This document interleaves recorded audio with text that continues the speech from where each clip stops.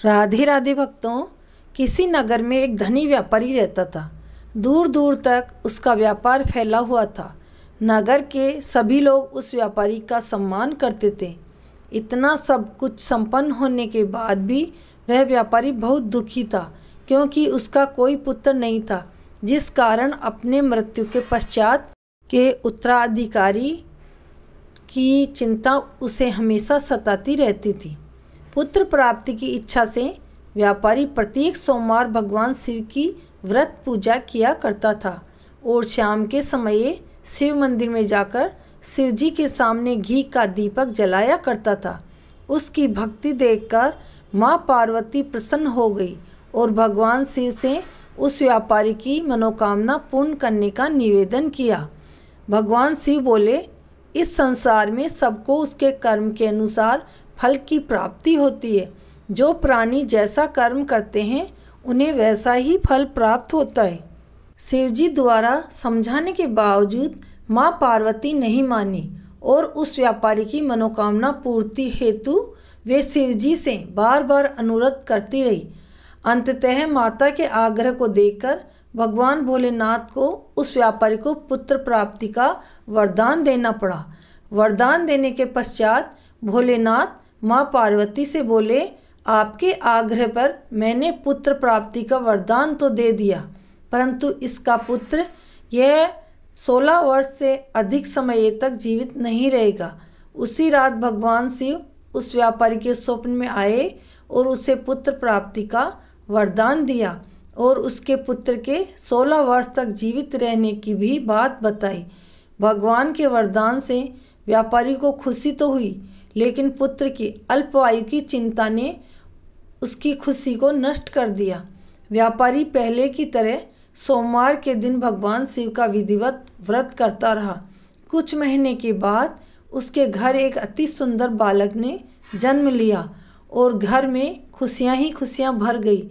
बहुत धूमधाम से पुत्र जन्म का समारोह मनाया गया, परंतु व्यापारी को पुत्र जन्म की अधिक खुशी नहीं हुई, क्योंकि उसे पुत्र की अल्प आयु के रहस्य का पता था। जब पुत्र 12 वर्ष का हुआ तो व्यापारी ने उसे उसके मामा के साथ पढ़ने के लिए वाराणसी भेज दिया। लड़का अपने मामा के साथ शिक्षा प्राप्ति हेतु चल दिया। रास्ते में जहाँ भी मामा भांजे विश्राम हेतु रुकते वहीं यज्ञ करते और ब्राह्मणों को भोजन कराते। लंबी यात्रा के बाद मामा भांजे एक नगर में पहुँचे। उस दिन नगर के राजा की कन्या का विवाह था, जिस कारण पूरे नगर को सजाया गया था। निश्चित समय पर बारात आ गई, लेकिन वर का पिता अपने बेटे के एक आंख के काने होने के कारण बहुत चिंतित था। उसे भय था कि इस बात का पता चलने पर राजा विवाह से इनकार न कर दे, इससे उसकी बदनामी भी हो जाएगी। जब वर के पिता ने व्यापारी के पुत्र को देखा तो उसके मस्तिष्क में एक विचार आया। उसने सोचा, क्यों न इस लड़के को दूल्हा बनाकर राजकुमारी से विवाह करा दूं। विवाह के बाद इसको धन देकर विदा कर दूंगा और राजकुमारी को अपने नगर ले जाऊंगा। वर के पिता ने लड़के के मामा से इस संबंध में बात की। मामा ने धन मिलने के लालच में वर के पिता की बात स्वीकार कर ली। लड़के को दूल्हे का वस्त्र पहनाकर राजकुमारी से विवाह कर दिया। राजा ने बहुत सारा धन देकर राजकुमारी को विदा किया। शादी के बाद लड़का जब राजकुमारी के साथ लौट रहा था तो वह सच नहीं छिपा सका और उसने राजकुमारी के ओढ़नी पर लिख दिया, राजकुमारी, तुम्हारा विवाह मेरे साथ हुआ था। मैं तो वाराणसी पढ़ने के लिए जा रहा हूँ और अब तुम्हें जिस नवयुवक की पत्नी बनना पड़ेगा वह कान्हा है। जब राजकुमारी ने अपनी ओढ़नी पर लिखा हुआ पढ़ा तो उसने काने लड़के के साथ जाने से इनकार कर दिया। राजा को जब ये बात पता चली तो उसने राजकुमारी को महल में ही रख लिया। उधर लड़का अपने मामा के साथ वाराणसी पहुंच गया और गुरुकुल में पढ़ना शुरू कर दिया। जब उसकी आयु 16 वर्ष की हुई तो उसने यज्ञ किया। यज्ञ के समाप्ति पर ब्राह्मणों को भोजन करवाया और खूब अन्न वस्त्र दान किए। रात को वह अपने शयन कक्ष में सो गया। शिव के वरदान के अनुसार शयनावस्था में ही उसके प्राण पखेरु उड़ गए। सूर्योदय पर मामा मृत भांजे को देखकर रोने पीटने लगा। आसपास के लोग भी एकत्रित होकर दुख प्रकट करने लगे। लड़के के मामा के रोने विलाप करने के स्वर समीप से गुजरते हुए भगवान शिव और माता पार्वती ने भी सुने। माता पार्वती ने भगवान से कहा, प्राणनाथ, मुझे इसके रोने के स्वर सहन नहीं हो रहे। आप इस व्यक्ति के कष्ट को अवश्य दूर करें। भगवान शिव ने माता पार्वती के साथ अदृश्य रूप में समीप जाकर देखा तो भोलेनाथ माता पार्वती से बोले, यह तो उसी व्यापारी का पुत्र है जिसे मैंने 16 वर्ष की आयु का वरदान दिया था। इसकी आयु पूरी हो गई है। माँ पार्वती ने फिर भगवान शिव से निवेदन कर उस बालक को जीवन देने का आग्रह किया। माता पार्वती के आग्रह पर भगवान शिव ने उस लड़के को जीवित होने का वरदान दिया और कुछ ही पल में वह जीवित होकर उठ बैठा। शिक्षा समाप्त करके लड़का मामा के साथ अपने नगर की ओर चल दिया। दोनों चलते हुए उसी नगर में पहुँचे जहाँ उसका विवाह हुआ था। उस नगर में भी यज्ञ का आयोजन किया। समीप से गुजरते हुए नगर के राजा ने यज्ञ का आयोजन देखा और उनसे तुरंत ही लड़के और उसके मामा को पहचान लिया। यज्ञ के समाप्त होने पर राजा मामा और लड़के को महल में ले गए और कुछ दिन उन्हें महल में रखकर बहुत सा धन वस्त्र आदि देकर राजकुमारी के साथ विदा कर दिया। इधर भूखे प्यासे रहकर व्यापारी और उसकी पत्नी बेटे की प्रतीक्षा कर रहे थे। उन्होंने प्रतिज्ञा कर रखी थी कि यदि उन्हें अपने बेटे की मृत्यु का समाचार मिला तो दोनों अपने प्राण त्याग देंगे। परंतु जैसे ही उसने बेटे के जीवित वापस लौटने का समाचार सुना तो वह बहुत प्रसन्न हुए। वह अपनी पत्नी और मित्रों के साथ नगर के द्वार पर पहुंचा। अपने बेटे के विवाह का समाचार सुनकर पुत्रवधू राजकुमारी को देखकर उसकी खुशी का ठिकाना न रहा।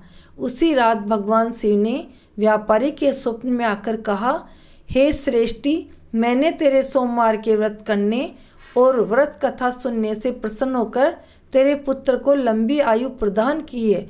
पुत्र की लंबी आयु जानकर व्यापारी बहुत प्रसन्न हुआ। शिव भक्त होने तथा सोमवार का व्रत करने से व्यापारी की सभी मनोकामनाएं पूर्ण हुई। इसी प्रकार जो भक्त सोमवार का विधिवत व्रत करते हैं और व्रत कथा सुनते हैं, उनकी सभी इच्छाएं भगवान भोलेनाथ पूरी करते हैं। बोलो भगवान भोलेनाथ की जय, उमा पार्वती की जय, शिव शंकर की जय। अब भक्तों, हम सुनते हैं आरती। ओम जय शिव ओंकारा, प्रभु जय शिव ओंकारा, ब्रह्मा विष्णु सदा शिव अर्धंगी धारा। ओम हर हर हर महादेव, एकानन चतुरानन पंचानन राजे। ओ भोले पंचानन राजे, हंसासन गरुड़ासन, हंसासन गरुड़ासन, वृषवाहन साजे। ओम हर हर हर महादेव, दो भुजे चार चतुर्भुजे, 10 भुजे अति सोहे, प्रभु 10 भुजे अति सोवे। तीनों रूप निरखता, भोले जी का रूप निरखता, त्रिभुवन जन मोहे। ओम हर हर हर महादेव, अक्षमाला वन्य माला, मुंडे माला धारी, भोले मुंडे माला धारी। त्रिपुरारी कंसारी, त्रिपुरारी कंसारी, करे माला धारी। ओम हर हर हर महादेव, श्वेतांबर पीतांबर, बागांबर अंगे, भोले बागांबर अंगे। सनकादिक ब्रह्मादिक, सनकादिक ब्रह्मादिक, भूतादिक संगे। ओम हर हर हर महादेव, करके मध्य कमंडलु चक्र त्रिशूल धरता, भोले चक्र त्रिशूल धरता। जग करता जग हरता, जग करता जग हरता, जग पालन करता। ओम हरे हरे हरे महादेव। ब्रह्मा विष्णु सदा शिव जानते अविवेका, भोले जानते अविवेका। प्रणवाक्षर के मध्य ओम अक्षर के मध्य, ये तीनों एका। ओम हरे हरे हरे महादेव। काशी में विश्वनाथ विराजत, नंदो ब्रह्मचारी, भोले नंदो ब्रह्मचारी। नित उठ भोग लगावत, नित उठ दर्शन पावत, महिमा अति भारी।